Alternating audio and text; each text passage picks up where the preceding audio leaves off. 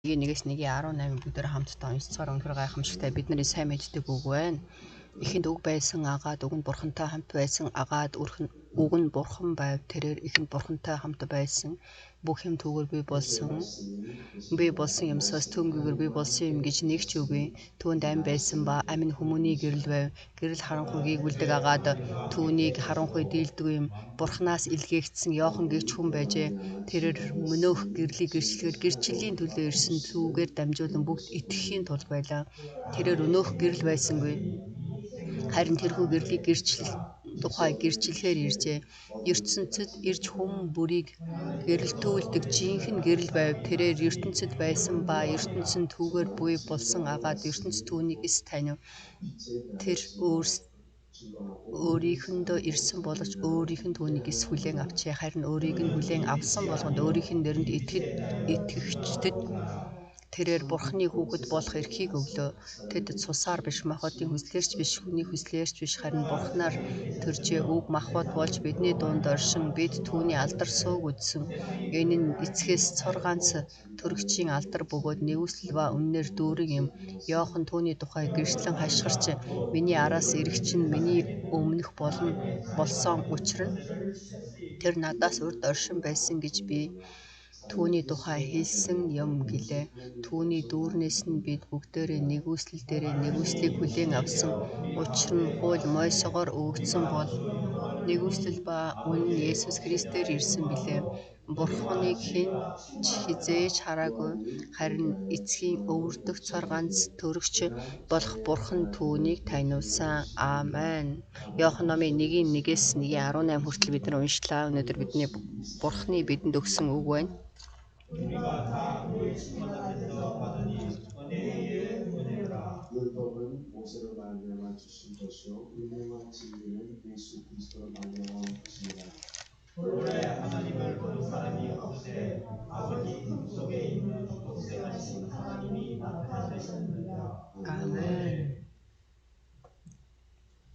오늘은 우리 청신앙 시리즈 263번째 시간입니다. Жинхэнэ итгэл хичээлийн минь 262 дахь цаг. Эзний заасан залбирлыг бид нар бол үргэлжлүүлэн пастор номлож байгаа. Тэгээ хаанчлал хүч чадал алдар суу мөнхөд таних гэдгийг бол бид нар дуусгана. Энэ бол маш их чухал үг учраас хэд хэдэн зүйлийг бид нар хараад тэгээ залгуулan номлохыг хүсэж байна.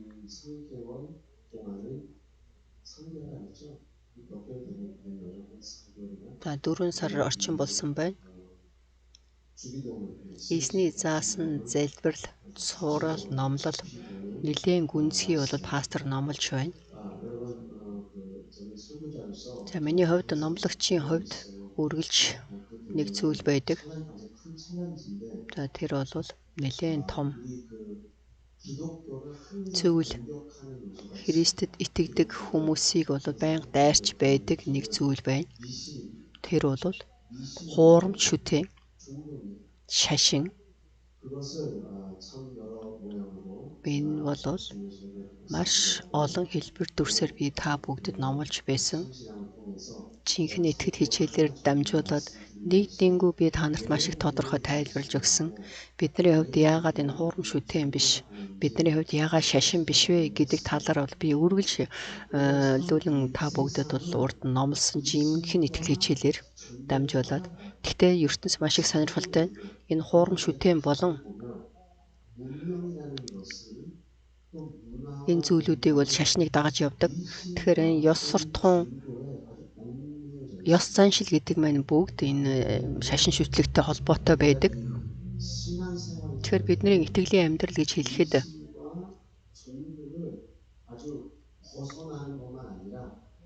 тэгэхээр бид нар энэ хуурам шүтэн болон шашнаас бид нар бол ерөөсөө хол байх хэрэгтэй, бүр сэгсрэн хаях хэрэгтэй, бүр булах хэрэгтэй. Булшлаад бидний итгэлийн амьдрал гэдэг маань энд бол заавал хуурам шүтэн байх боломжгүй. Энэ шашин намайг дагахаар гуугаар бид нар бол ерөөсөө маш их сайн ялгаж харж чаддаг, ойлгодог байх хэрэгтэй. 오늘 이제 그 제목은 За. 하늘의 속 За өнөөдөр үгийн сэдэв маань 하늘의 신령한 것. за Тэнгэрийн сүнслэг зүйлс гэсэн сэдэвтэй. 제목은 하늘의 신령한 것입니다. 우리가 이제 신령하다. Тэнгэрийн сүнслэг зүйлсүүд гэж бид нар ярихад ямар утгаар бид нар энэ сүнслэг гэж яриад байна? Ямар зүйлийг бид нар сүнслэг гэж яриад байна вэ? Тэгэхээр Тэнгэрлэг сүнслэг зүйлүүд гэдэг маань ариун сүнслэг гэсэн утгатай. Зарим хүмүүс болохоор жоохон гүнзгийг сонсох юм бол тэнд вау үнэхээр сүнслэг гэж хэлээд байдаг. Харин энэ ертөнцид хэрэгжилж байгаа хиллэгнүүд байна. Сүнслэг гэж ярихад энэ үгэн дотор бид нар сүнслэг гэж сонсоход энэ ертөнцийн бодож байгаа тэр гүнзгий үг биш. Интернет, Facebook маш олон энэ сайтууд зөндөө байна шүү дээ. Тэнд болохоор маш олон хүмүүс сонирхолтой үг, аль эсвэл бүдэг бадаг үг, аль эсвэл тэр үгийг бол тэр өгүүлбэрийг уншихад бол зүрх сэтгэлд их ойрхон ирсэн тийм үгнүүдийг бичсэн байдаг. Тэгээ бичээд зарим хүмүүс болохоор бичээд зогсохгүй. Тэгээ тэр үгийг өөрөө бас хэлж байгаа талаар бас бичлэг бичээд энэ интернет дээр тавьдаг хүмүүс байдаг. Харин бидний хувьд тэр үгийг яриад байгаа юм биш. Сүнслэг зүйл гэж ярихад аль нэг үгийг бид нар дамжуулаад аль нэг үг дотор маш их утгатай үг байна гэж яриад байгаа юм биш. Тэрнээс бол бид нар аль хэзээний даван гараад ямар нэг үгийг би амьдралдаа уйчхаал ямар нэгэн хүслийг хийхин тулд тэр харин үгэн дотор болоод бид нар жинхэнэ энэ сүнслэг үгэн дотор байна гэдэг миний итгэлийн амьдрал 1-р Коринт ном 1-р Коринт номын 2-ыг харъя.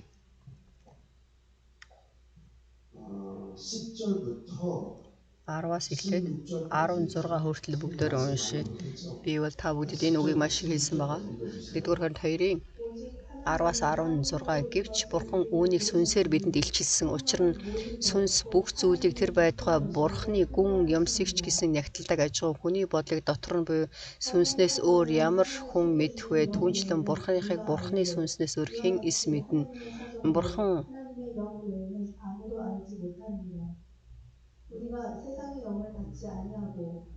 бид үүнийг хүний мэрэгэн ухааны сургасан үгсээр бус харин сүнснээс сургаснаар сүнслэг зүйлсийг сүнслэгтэн тайлбарлан ярьдаг. Харин төрлөх хүн Бурханы сүнсний зүйлсийг хүлээн авдаггүй иймдэг хүнд эдгээр нь мунхаглал бөгөөд сүнслэгээр цэнлэгдэх учиртай эд зүйлсийг тэрээр мэдэж чаддаггүй. Харин сүнслэг нь бүхнийг шүүдэг байхад түүнийг хинч шүүж цэгнэдэггүй. Тэгээд ч түүнд зааварлах үцээр эзний оюун ухааныг хэн мэдсэн бэ гэвч бидэнд Христийн оюун ухаан бий. Амен. 1-р Коринт номын 2-ын 10-аас 16.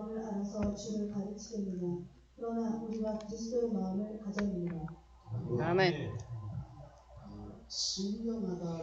Тэр сүнслэг гэж бидний яриад байгаа энэ үгийг амархнаар хэлэх юм бол ариун гэсэн үг. Сүнслэг ариун. Тэгэхээр бид нар энэ ариун гэдэг үгийг маш их хэрэглэдэг байгаа. Ариун сүнслэг энэ зүйлийн талаар бид нар маш тодорхой болоод ерөөсөө ойлгох хэрэгтэй. Энэ юу вэ? Энэ сүнслэг зүйл гэдэг маань юу вэ? Ариун гэдэг маань юу вэ? Бидний мэдэх ёстой зүйл. Энэ ертөнцөөр зогсохгүй. Тэгэхээр энэ огторгын дор энэ ертөнцид бол ерөөсөө ариун зүйл, сүнслэг зүйл нэгч байхгүй. Сүнслэг зүйл нэгч байхгүй, ариун зүйл нэгч байхгүй гэдгийг бид нар сайн мэдэх хэрэгтэй. Амен.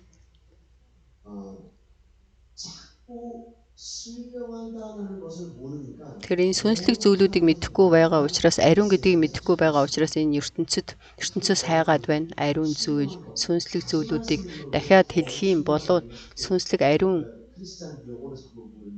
гэдэг энийг бол бид нэр Христэд итгэдэг хэллэгээр ярьж байна. Тэгэхээр энэ дээр болохоор маш их хэрхэм чухал гэсэн надад миний хувьд маш чухал үнцэнтэй зүйл. Надад амь болсон зүйл үнний үгийг хэлж байна шүү дээ. Амен амен. Тэгэхээр өөрт нь маш их чухал эрхэм зүйлүүдийг маш олон хүмүүс бол сүнслэг ариун гэж яриад байдаг. Тэгэд энийг болохоор хүмүүс ертөнцөөс хайгаад байдаг.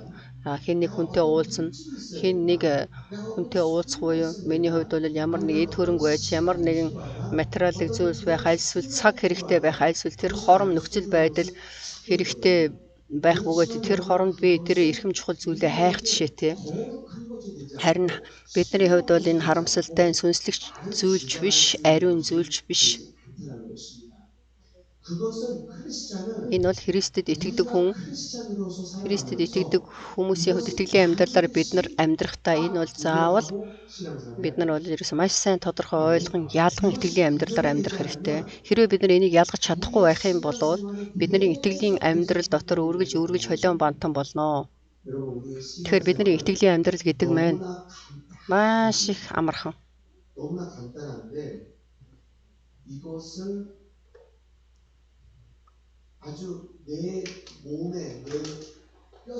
Энэ бол миний биеийн дотор бүр ясанд маань нэвтрэн ортол би ойлгох хэрэгтэй.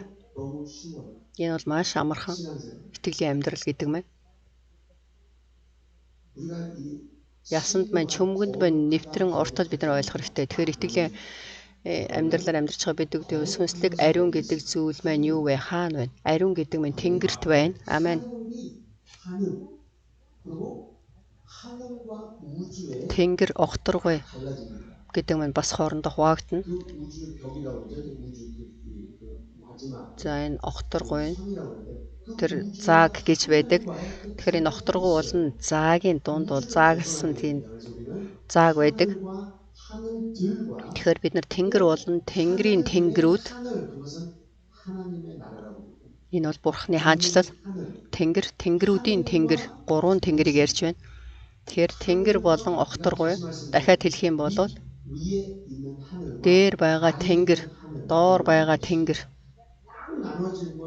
Энэ бол хуваагдана гэдэг маань итгэлийн амьдрал. Тэгэхээр бид нар энийг сайн ойлгох хэрэгтэй, мэдэх хэрэгтэй. Дахиад хэлэх юм бол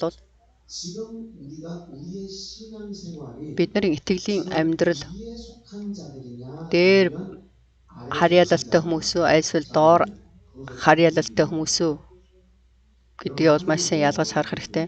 За бидний хувьд бол тэнгэр маш хол харагдаж байна. Тийм ээ. Хэрвээ бид нар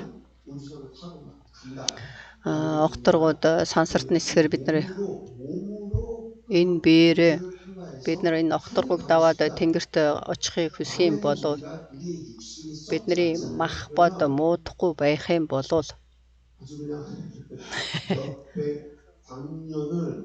хэдэн мянган 100 жил үнэхээр тэр газарт очих байх боломжтой байхаа. Гэхдээ бид нар очисон ч гэсэн тэр газарт орж чадахгүй. Та бүгд бодоод үзээрэй. Бидний энэ мах бодоор бид нар явна гэх юм бол энэ бол дэндүү хол тэнгэрийн тэнгэрүүд маань. Тэгэхээр бид нар махбодын хүмүүс биш. Бид нар бол сүнслэг хүмүүс шүү дээ. Бидний сүнс гэдэг маань Бурхан бидний сүнсийг бол тэнгэрт бүтээн Адамд өглөөж өгсөн тэр сүнс. Тэгэхээр бид нар бол дахин төрсөн хүмүүс, сүнсээр дахин төрсөн хүмүүс учраас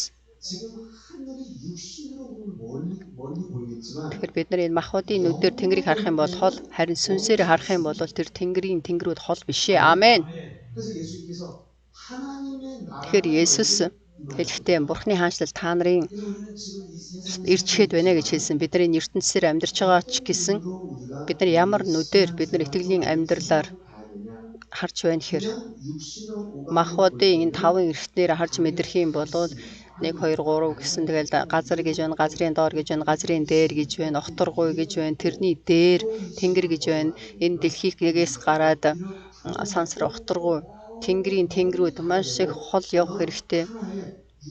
Тэр нэг махбодын тэр үзэж мэдэх зүйлүүд байна. Гэхдээ бид нар энэ махбодын нүдээр харах юм 5 эрхтнээр харахад бол хол харагдана. Цаг хугацаа, орон зай байна. Тэгэхээр бид нар өдөрт 24 цаг байна. 7 хоног 7 хоногийн 7 өдөр, 한 달에 몇 주. сарын 4-7 хоног энэ уулган бодвол ерөөсө заагдсан байна. Энэ бол махбодын ертөнцөө эхлэл номын 1-1-т эзэн хэлэхдээ нар сар одод бай, цаг хугацаа бай. Энэ болохоор бүгд удирал өдрийн төлөө 7 хоногийн төлөө эзэн бол энэ уулганы бүтээсэн. Энэ бол өөрчлөгдөхгүй. Энэ болохоор хязгаарыг хэлж байна. Харин энэ 5 эргэтэн гэдэг маань энэ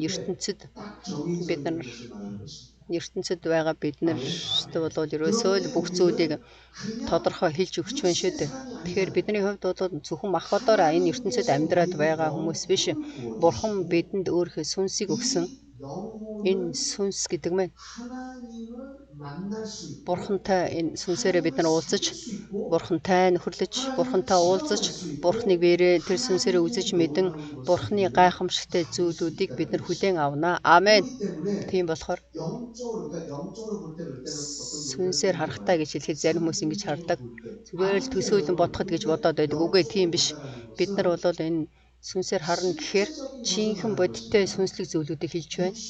Махбодын хуваар ярихад бол энэ махбодын нүдээр харагдаж байгаа зүйлүүдийг ярьж байгаа боловч харин бидний энэ үзэл бодол энэ бол бидний ой санамж энэ бол мөн бодиттой зүйл. Харин сүнслэг нүдээр бид нар харахад ямар нэгэн зүрх сэтгэлд бол талархснараа жинхэнэ тэр сүнсний сүнслэг ертөнцийг хэлж байна. Амен. Тэр энэ сүнслэг ертөнц гэж хэлэхэд ариун зүйл, сүнслэг ариун хэл хязгааргүй жинхэнэ бодиттой ертөнцийг хэлж байна. Сүнслэг ертөнцийг хэлж байна. Амен. Энэ бол сүнслэг ертөнц. Энэ маш их гүнзгий зүйлийг бид нар бол харж байна. Тэгэхээр энд бол бид нар хаашаа наашаасаа явахгүй байна. Энэ махбодын ертөнцид байж байгаа л гинт сүнслэг ертөнц рүү нааш цаашаа явах юм уу? Үгүй тийм биш. Тэгэхээр бид нар энийг хамгийн гол нь ойлгох сэтгэл байж ойлгох сүнс байна. Ариун сүнс Бурхан энэ болгоны бидэнд зааж сануулж ойлгуулж өгч байгаа учраас энийг бол бид нар сайн ойлгож байна шүү дээ. Тийм болохоор Есүс хэлэхдээ Бурханы хаанчлал та нарын дотор ирчгээд байна. Амен. Тэр холын хол махбодын нүдээр харахад бол тэр хол байгаа Бурханы хаанчлал өнөөдөр бид нар сүнсний нүдээр харах юм бол бидний дотор ирчээд байна гэж Есүс хэлж байна. Тэгэхээр энэ дээр ариун болон ариун биш гэдэг маань бол маш амархан. Тэнгэр бол ариун. Амен. Энэ ертөнц ариун биш. Эсвэл энэ бол заагтаа хуваагдсан учраас Бурхан заавал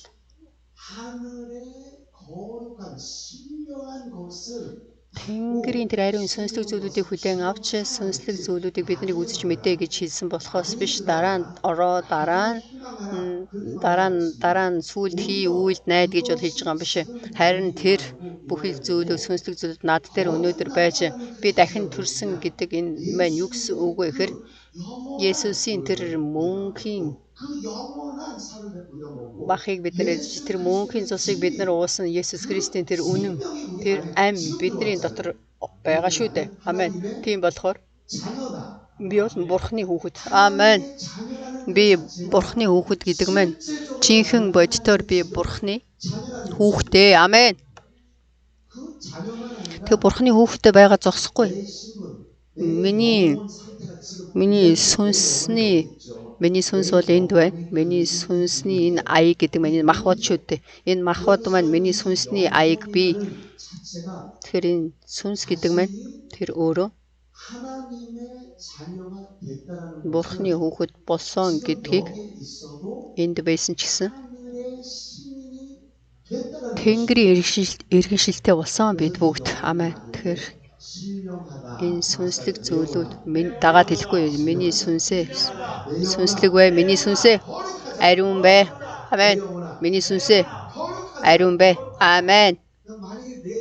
Миний сүнслэг байх юм бол миний сүнс жинхэнэ сүнслэг замыг сонгох юм бол миний сүнс хүчтэй байсан шиг тэр Тэнгэр миний сүнсийг бол хучнаа. Амен. 하늘이 우리와 함께. Тэнгэр бидэнтэй хамт. 하늘이 우리와 함께. Амен. 그래서 안 믿는 자들은 Тийм учраас итгэдэггүй хүмүүс ариун байх боломжгүй. Сүнслэг байх боломжгүй. 그 세계를 Тэр ертөнцийг 맛도 못 봐요. өрөөсөө үзэж мэдж амталж чадахгүй. 맛볼 수가 없어요. Тэнгэрийн хаанчлалыг бол үзэж мэдж амтлах боломжгүй. Хэрвээ сүнслэг зүйлүүдийг мэдэх юм бол 100% 이 본부의 영적 энэ харанхуй ертөнцийн сүнслэг зүйлүүдийг л харах боломжтой. Ягаад ч төгрөөдөө энийг бол ертөнцийг барьж байгаа учраас тэгээд тэр нисэж байгаа зүйлүүдийг харж магадгүй. Ягаад тэр түүний сүнс нь хараагдсан учраас тэр өөрөө хараагдсан сүнс учраас нүдэнд нь янз янз юм харагданаа чөтгөрөөд. 신령한 자. Тийм учраас сүнслэг хүн гэдэг маань 내가 지금 이 시간에 би энэ цагт 내가 여기 이 공간에 있게 би энэ орон сайд байгаа ч гэсэн миний би энд байгаа ч гэсэн Илч Паул хэлсэн шүү дээ. Би 내 복이 миний би энд хүлээтэй байгаа болохоос ш миний сүнс бол айл хизээний бурхан руу явсан. Миний сүнс бол дээшээ доошоо явж байна. Үнэхээр 14 жилийн дээшээ өргөгдсөн тэнгэрт гарсан гэж хэлсэн шүү дээ. Тэгэхээр миний хувьд бол энэ орон зайд би миний махбод байгаа ч гэсэн миний сүнс болон миний зүрх сэтгэл, миний итгэлийн амьдрал, миний жинхэнэ бодит байдал гэдэг мэн аль хизээний даван гарсан муу сүнсийг хөөж чөтгөрийг зайлуулж хаашаа ч явсан. Үнэхээр тэр үйлс номыг та бүгдийг дахин уншихыг хүсэж байна. Үнэхээр үүрийн залбирлаар бид нар дуулал номыг байнга уншиж байна. Тэгээд дуулал номыг би бол шинэ гэрээний номтой холбож номлож байгаа. Тэгээд үйлс номыг бид нар бол дахиад харах юм бол вау үнэхээр гайхамшигтай сүнслэг энэ хүмүүс бол өөр ертөнцөөс ирсэн гэдгийг бол гэрчилж байна шүү дээ. Амен. Энэ бол бидний жинхэнэ бодит байдал. Амен. Энэ бол жинхэнэ бидний бодит байдал болсон. Амен. Амен. 여러분 үнэхээр гайхамшигтай.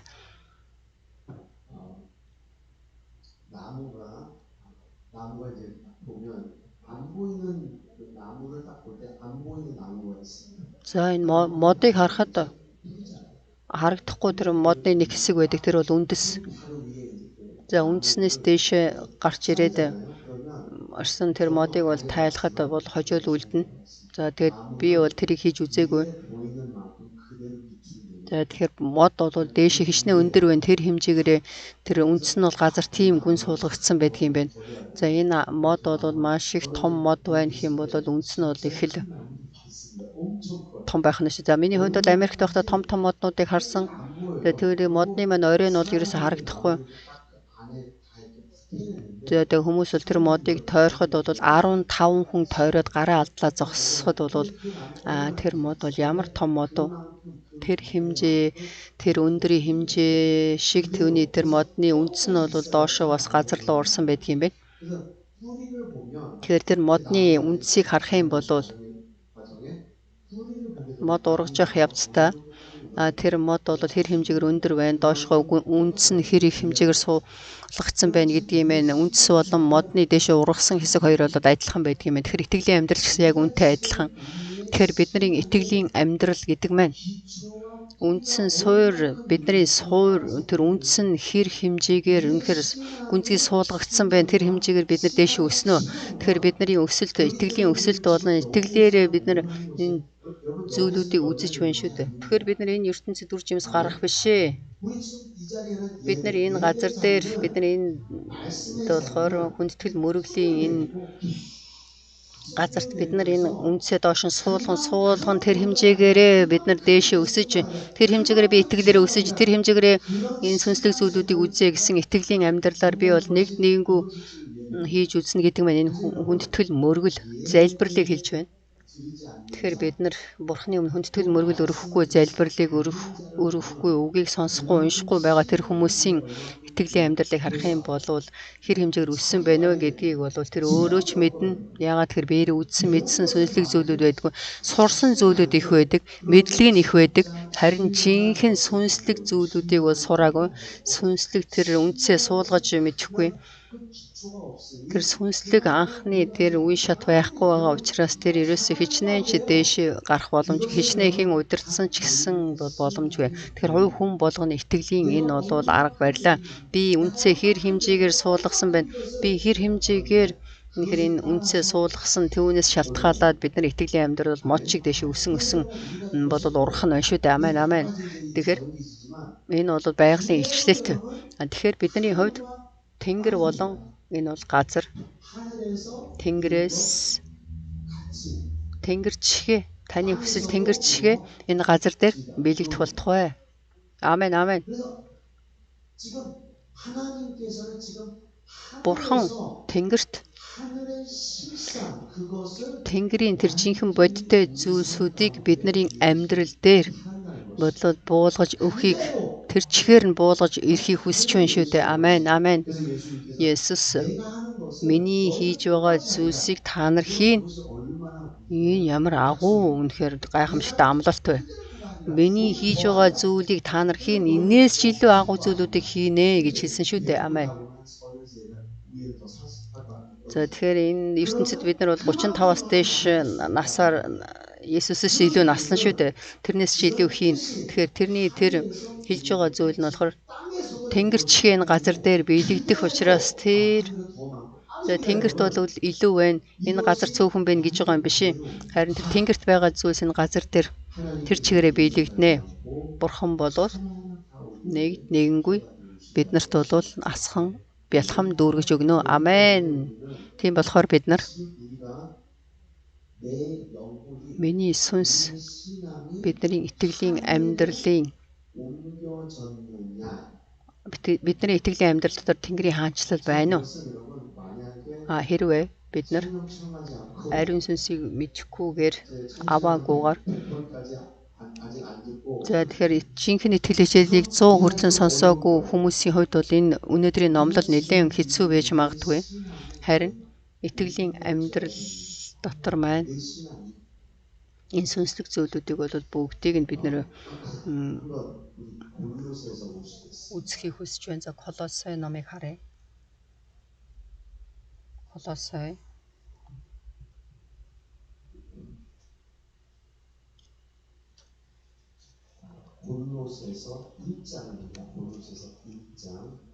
Колосай 1-ийн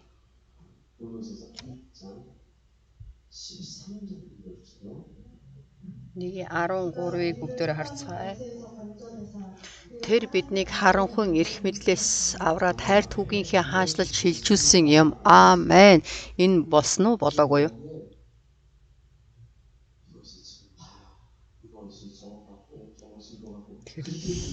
Энэ тэр чимшиг, тэр нэн чимшиг ингэж бол сонсч болохгүй тийм ээ.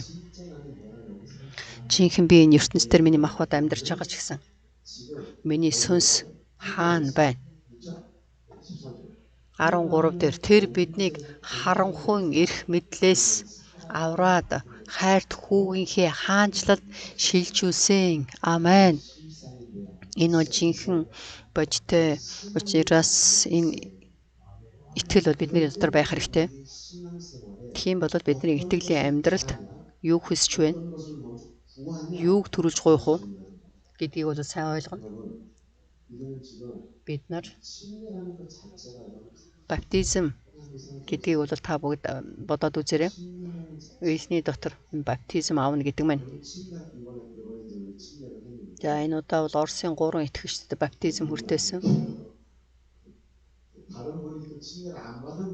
За тэнд бол баптизм хүртээгүй хүн байсан. Түүний хувьд бол бэлтгэлгүй байсан юм байна. Сүм чуулган дээр ирж өшөө эзнийг мэдчихэж баптизм авахын гэтэл миний хувьд болохоор чи Есүст итгэсэн юм бол чамд ийм боломж байхад чи усан баталгаа аваа гэж хэлсэн. Аваагүй тэр хүн. Тэр хүний хувьд бол тэгээд усан баталгаа авсан тэр 3 хүнийг хараад тэр хүн бол тухайн үед усан баталгаа аваагүй байсан. Дараа нь бол би усан баталгаа авахгүй яваа гэж хэлж байна. Үнэхээр тэр гайхамшигтай сүнслэг. За би урд нь бол юу хийснээ ч мэдэхгүй зүгээр баптизм авсан. Тэр үед бол Ирамч итгэл байхгүйсэн. Зүгээр л хүмүүсийг усан баталгаа авах нэхэр би дуурайгаад авсан гэж хэлж байна. Одоо дахиад авч болох уу гэж асууж байна шүү дээ зарим хүмүүс. Тэгэхээр энэ баптизм гэдэг нь ямар их чухал вэ? Гэдгийг бол та бид бүгд дахин бодохыг хүсэж байна. Үнэхээр гайхамшигтай. Баптизм гэдэг нь зүгээр л нэг бэлэг тэмдгүү. Харин тэр баптизм усан баталгаа өгч байгаа тэр газар дээр юу үнэхээр биелэгдэж хийгдэж байна гэдгийг бид нар сайн мэдэх хэрэгтэй. За энэ усан баталгаа гэдэг нь усаар бид нар усанд булхан орж гарч ирж байна. Бид нар усан дотор булхан ороод усан дотор орно гэдэг нь оршуулж байна шүү дээ. Би хуучин хүнээ яагаад ус? Тэгэхээр бид нар хэрвээ яг жинхэнэ бодит дээр хийх юм бол бид нар шоргоор буулах ёстой шүү дээ. Булшинд орол шоргоор булаад. Гэтэл Есүсийн дотор биднийг бол усаар баптизм өртөж байгаа шалтгаан нь бид нар тэнд бол булшилж байгаа зүйл байна мөн. Бид нар бол үхээд байхгүй болох юм биш ээ. Тэр бол бүр ерөөсөө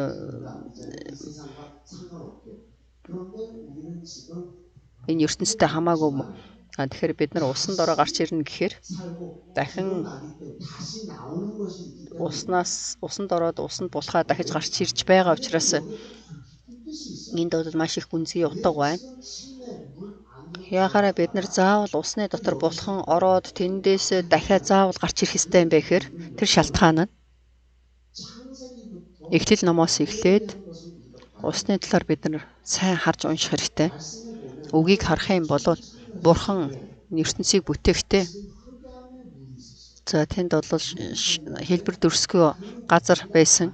За тэгээд тэр усан дотроос бол газрыг хуурай газрыг бүтээсэн, усыг одныг болгон далаа болгосон. Тэгэхээр энэ огторгонд орол ус байсан. Усны дээд доод хоёр ус бол усыг бол хоёр хэсэг туваасан. Бурхан за тэгээд огторгон дээш нь усыг нэг хэсгийг огторгон дээр усыг тэгэхээр энэ огторгон дээр ус байна. Огторгон дотор мөн бас ус байна. Тэгэхээр тэр доор байгаа ус хаана вэ? Энэ газар дээр байна шүү дээ. Дэндүү их гүнзгий бодох хэрэггүй даалаа. Тэгэхээр дээр доор усны дундуур огторгойг бий болгосон шүү дээ. Тэгэхээр Христэд итгэдэггүй энэ эрдэмтэд болохоор огторгоогоос гарах юм бол усаа гэж хэлж байна. Уснаас өөр зүйл байхгүй гэдгийг хэлж байна. Тэгэхээр үгэн дээр ч гэсэн мөн бас бичсэн.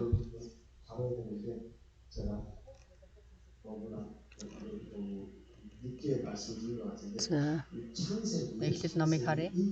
Эхлэл номын 1. Эхлэл номын 1-ийг бүгдээр харцгаая.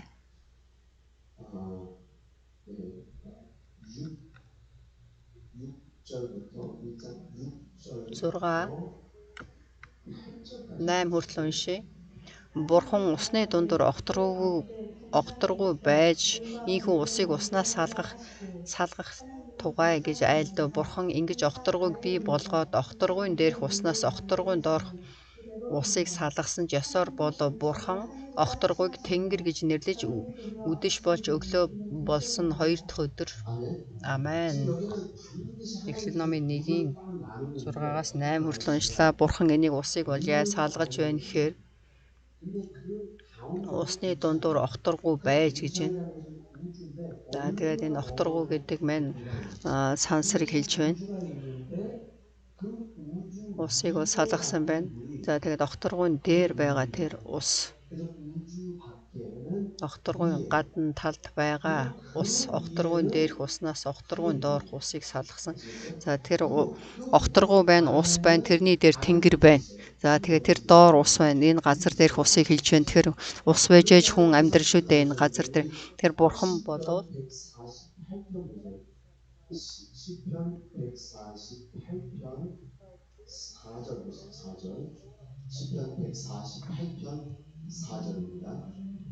Дуулал номын 148-ийн 4-ийг харъя. 148-ийн 4. Амен. Тэнгэрийн тэнгэрээ, тэнгэрийн дээрх усаа түүнийг магтах тун. Вау. За энэ болохоор энэ тэнгэртэй шувуу нисдэг тэнгэр sky тэрийг хэлж байгаа юм биш. Тэгэхээр тэнгэр тэнгэрүүд гэж хэлсэн. Тэгээд 여러 가지 표현이 있는데 Тэгэхээр энэ тэнгэрийн дээр тэнгэр байна. Энийг бол бүгдийг тэнгэр гэж хэлж байгаа боловч харин энэ дээр юу гэж хэлж байна? Тэнгэрсийн тэнгэрээ, тэнгэрийн дээрх усаа түүнийг магшхтон гэж хэлж байна. Тэгэхээр тэр тэнгэрийн огторгуйн дээр ус байна. Тэгэхээр бидний мэдэх ёстой зүйл гэдэг мэн. 갖춰 놓으셨어요. Бурхан биднийг бол энэ усны бүх зүйлүүдийг бол энэ усанд эргэн тойронд бол хааж тавьсан байгаа. Тэгэхээр энэ сансар огторгүй энэ ертөнцийн минь харанхуй ертөнцөө энд бол ариун зүйл нэгч байхгүй. Энд бол бүхий зүйлүүд доошоо бууж ирсэн энэ бүхий зүйлүүд сүүлд нь бол байхгүй болох зүйлүүд өгөөд бүгд мөнхөх зүйлүүд гэдэг маань энэ усны доор байна. Хуучин гэрээний номыг харах юм бол шинэ гэрээгч тэр харах юм бол ус болон гал гэдэг маань үргэлж хараал байдаг. Бурхан усаар хүн төрлөختнийг бол Новагийн үед бол үгүй болгосон. Гэтэл энэ усны доор орно гэдэг маань усанд болох нь гэдэг маань би энэ усан баталгаа аавна гэдэг маань ямар утгатай юм бэ гэхээр би ус руу болох орохдоо би энэ болоод харанхуй ертөнц би энэ ертөнцид амьдарч исэн хуучин хүнийг бол оршуулад тэгээд тэр би уснаас дэшээ гарч ирэхтэй тэнгэрийн дээрх усны дээр гарч ирж байгаа тэр шалтгаан нь юу вэ гэхээр тэнгэрийн харьяалалтай нэгэн болж байна шүү дээ. Амен. Бурхны дотор шинэ бүтээл болж байна шүү дээ. Энэ бол зүгээр нэг бэлэг тэмдэг болоод яриад байгаа юм биш. Энэ бол үнэхээр зарчим биш ээ. Тэгэхээр энийг би тайлбарлаад байгаа шалтгаан маань юу вэ гэхээр Бурхан бол яагаад энэ баптизмыг хийлгэж байгаа юм бэ гэхээр энэ бүтээлийг бид нар харах юм бол мэдж байна шүү дээ. Бурхан бол усаар бүгдийг хучиж байна. Тэгэхээр энэ усаар бүгдийг хучсан тэр бол энэ огторгуй. Тэгэхээр эндээс та нарыг гараа гэж хэлж байна.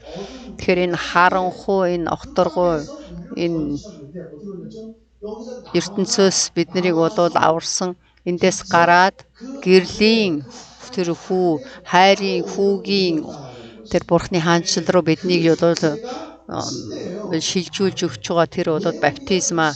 Тэгэхээр бид нар энэ баптизмыг бол ямар агуу хараад байгаа юм бэ гэхээр усан баталгаа гэдэг мэн. Үнэхээр Библийн номыг харж энэ бол бүрэн төгс хийгдэж байна. Бурхан бол бүгдийг заагалсан. Харин чи өөрөө өөрийнхөө байр суурийг хайж очоо. Амен. Бидний байр суурь хаана байна вэ? Тэнгэр шүү дээ. Амен. Баптизмаар чи тэр Тэнгэрийн хаанчлалд ороо. Тэгэхээр бид нар энэ баптизмыг яаж хүртэж байна? Есүсийн нэрээр. Амен.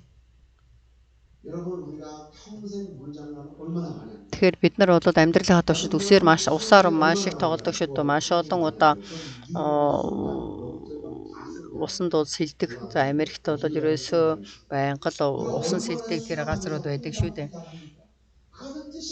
Мөнгө ч авахгүй. Тэр бол ямар ч утга байхгүй. Энэ бол зүгээр байгалийн илчлэлтэд орж гараад усанд орж гараад орох юм бол үхэл гарах юм бол амьдрал. Энэ бол байгалийн илчлэлт гэхдээ бид нар энд Есүсийн нэрээр баптизм хүртээ усан баталгаа өгж байгаа. Тэр баптизм өгөх тэр хоромд ариун маш ариун жинхэнэ бодиттой зүйл бий болж хэрэгжиж байна шүү дээ. Тэгэхээр Бурхны бүтээсэн тэр арга барил чи өөрийнхөө байр суурийг хайж очоо хаашаа очих юм бэ? Баптизмаар дамжуулаад Есүстэй нэг болоо. Тэгэх юм бол бид нар Есүсийн нэрээр Есүстэй нэг болно. Есүс хаан байна. Тэнгэрийн хаанчлалд Бурхны сентид байна. Тэгэхээр бид нар түүнтэй хамт нэг болж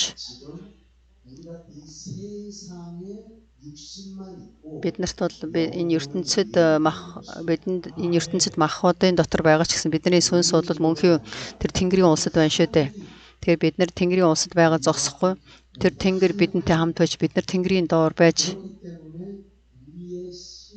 бидний итгэлийн амьдрал гэдэг маань энэ ертөнцийн арга барилаар хийх бишээ. Бүх зүйл гэдэг маань бүх зүйл залбирах хэрэгтэй. Бүх зүйл залбирлын хүч чадлаар хийж үлдэх хэрэгтэй. За надад мөнгө байхад болоо. Үгүй тийм биш. Ямар ч зүйл болж байсан байнга залбирлын хүч чадлаар Тэнгэрийн эрх мэдлэр хий. Амен.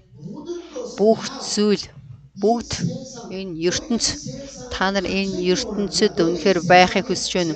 Та нар энэ ертөнцид байх юм бол мөнгө гээ. Та нар энэ ертөнцид бүхий л энэ ертөнцийн дотор үнэхээр бүр хадаатай байх юм бол тэнд баригдаад байхыг хүсэж байна уу? Тэгэх юм бол чи мөнгө цаг гээ. Харин махбодын зүйлүүдийг анхаарай. Тэгэх юм бол харин энэ ертөнцөөс чи гарахыг хүсэж байна. Энэ ертөнцтэй байхыг хүсэж байвал харин бид нар ертөнцөөс гарахыг хүсэх юм бол энэ Есүсийн нэрээр амен. Есүсийн нэрээр амен. Баптизм хүртээ. Есүсийн нэрээр залбир, Есүсийн нэрээр тушаа, Есүсийн нэрээр гуй, Есүсийн нэрээр өрг, Есүсийн нэрээр үйлчил, Есүсийн нэрээр магт, Есүсийн нэрээр хүндэтгэл мөргөл өрг, Есүсийн нэрээр чөтгөрийг хөө, Есүсийн нэрээр аль хизээний чи сүнсээрээ болвол энэ ертөнцөөс хайлан гарсан байна. Тэнгэрийн ханчлалд очсон байна. Тийм учраас Есүсийн нэрээр гуй. Амен. Бид нар энэ сүмийн барилгын төлөө болоод байнга залбирч байна. Та манай сүм чуулган энэ сүм чуулган өөрийн гэсэн барилгатай болохын тулд та бүгдийг байнга залбирч ихийг хүсэж байна.